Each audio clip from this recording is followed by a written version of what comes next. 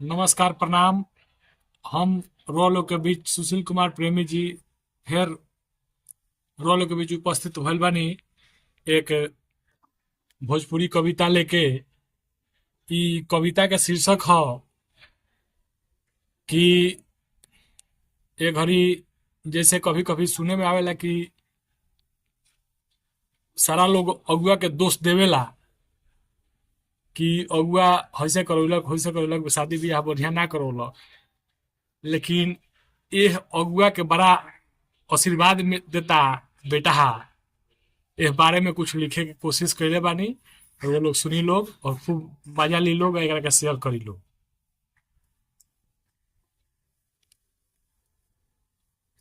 बनल रहो अगुआवा, बनल रहो अगुआवा, खूब लगौलक जोड़ी। बनल रहो अगुआवा, खूब लगौलक जोड़ी। हमरा परवा के भाग जाग गई, हमरा परवा के भाग जाग गई। मिलल परवा के घोड़ी, मिलल परवा के घोड़ी। एकरे खातिर केतना, एकरे खातिर केतना भखौती मनले बानी। एकरे खातिर केतना भखौती मनले बानी। केतना बढ़म बाबा के, केतना बढ़म बाबा से जाके कोइनी हथ जोड़ी। बनल रहो अगुआवा, खूब लगौलक जोड़ी, खूब लगौलक जोड़ी। हमरा परवा के भाग जाग गईल, हमरा परवा के भाग जाग गईल। मिलल परवा के घोड़ी, मिलल परवा के घोड़ी। जब केहू के बियाह होखे त, जब केहू के बियाह होखे त हरदम उ निहारे। जब केहू के बियाह होखे त हरदम उ निहारे। उ सोचे कि हमार बियाह ना होई, उ सोचे कि हमार बियाह ना होई। रह जाए हम कुंवारे, रह जाए हम कुंवारे। बहुते लोगन से हम, बहुते लोगन से हम रोज रोजे कोई हथ जोड़ी। बहुते लोगन से हम रोजे कोई हथ जोड़ी। बनल रहो अगुआवा, खूब लगौलक जोड़ी। बनल रहो अगुआवा, खूब लगौलक जोड़ी। हमरा परवा के भाग जाग गईल, हमरा परवा के भाग जाग गईल। परवा के मिलल घोड़ी, परवा के मिलल घोड़ी। रोज एकरा के हमहू हितई हितई घुमाई। रोज हमारा रोज एकरा के हमहू हितई हितई घुमाई। दू लोगन के बीच बतियावल देख, दू लोगन के बीच बतियावल देख। ना बतियावे तब ही जबरदस्ती हमहू घुस जाई, जबरदस्ती हमहू घुस जाई। हम कहीं कि इहे हमार लइका ह, हम कहीं कि इहे हमार लइका ह। खूबे इतरा इतरा के देखाई। कुछ लोग कहे कि लइका तो ठीके बा, कुछ लोग कहे कि लइका तो ठीके बा, रंग से कुछ फीके बा। कुछ लोग कहे कि लइका तो ठीके बा, रंग में कुछ फीके बा। अगर कोई देवे गिने के सिक्का तो, अगर कोई देवे गिने के सिक्का तो लड़का उ सिक्का के, लड़का के उ सिक्का के बारंबार गिनवाई। जब गिने ना आवे सिक्का तो मुंह खूब बिचकाई।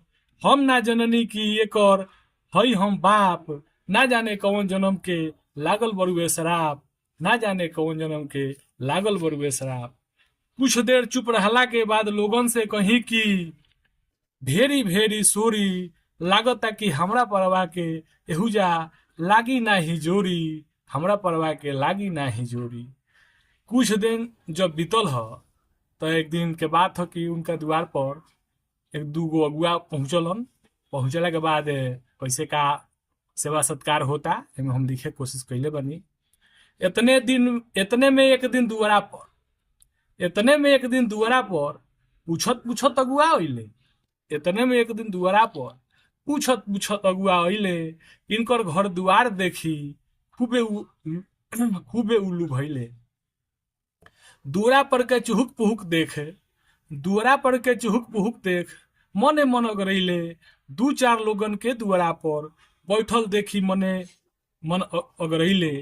जैसन बेटी हवा चाहत रहे, जैसन बेटी हवा चाहत रहे। लागत कि ऐसन के आज भेटैले। बेटहा के बाबू कहलन बड़ा चाव से, बेटहा के बाबू कहलन बड़ा चाव से। छोटका लइका से चादर लेके आवो, आ दलान पर अभी का बिछइबो, रहे दो दुआरे पर कुर्सी लेके लगावो। कहले जवन कलकत्ता से मिठाई आयल रहे, कहले जवन कलकत्ता से मिठाई आयल रहे, नाश्ता तनिका करवावो, देखो चाय बनल की ना, जल्दी तू बनवावो। नाश्ता पानी कैला के बाद देखी बात कुछ आगे बढ़ल। नाश्ता पानी कैला के बाद देखी बात कुछ आगे बढ़ल। बात आगे बढ़ल देखो अगुआ उहो कहाँ चुप रहो। अगुआ कहलक बेटिया भीड़ी बावे पैसा नाही। इतना सुन लइका के बाबू कहलन कि ओसे का भइल बा, बोली रौरा कितना पैसा चाही। इली पैसा, एमे से कुछ पैसा अलगा काट देम, बाकी सब पैसा से हमार बर्तियन के संभाल देम। हमहू तो अगुए आवे के बाट जो होत रही, कसहू हमरा लइका के बियाह हो जाए, यह तो सबसे कहत रही। अगुआ से कहलन लइका के बाप, रौरा चिंता एकरा के कोनो, रौरा चिंता कैला के कोनो बात नहीं खे, लड़की नीमन चाही। अगुआ कहला कि एक खातिर चिंता जन करी, बेटिया के बेटी और राउर बेटा के लागी खूबे जोरी। इतना सुन लइका के बाबू अगुआ के कइले खूब हथ जोरी। इतना सुन लइका के बाबू अगुआ के कइले खूब हथ जोरी। देखी हमार परवा के राम लगैलन जोरी, बनल रहो अगुआ खूब लगैलक जोरी। हमरा परवा के भाग जाग गईल, परवा के मिलल घोरी, परवा के मिलल घोरी। यदि कविता लोग के प्रसन्न पड़ल होखे तो लोग से यह आग्रह रही, निहोरा रही कि एकरा के ज्यादा से ज्यादा शेयर करी लोग। आ एकरा के यूट्यूब पर सुशील कुमार प्रेमी के नाम से देखी लोग। आ एकरा के ज्यादा से ज्यादा शेयर करी लोग, आ मजा ली लोग। बहुत बहुत धन्यवाद, प्रणाम। फिर आगे वाला कविता लेके उपस्थित होके, धन्यवाद।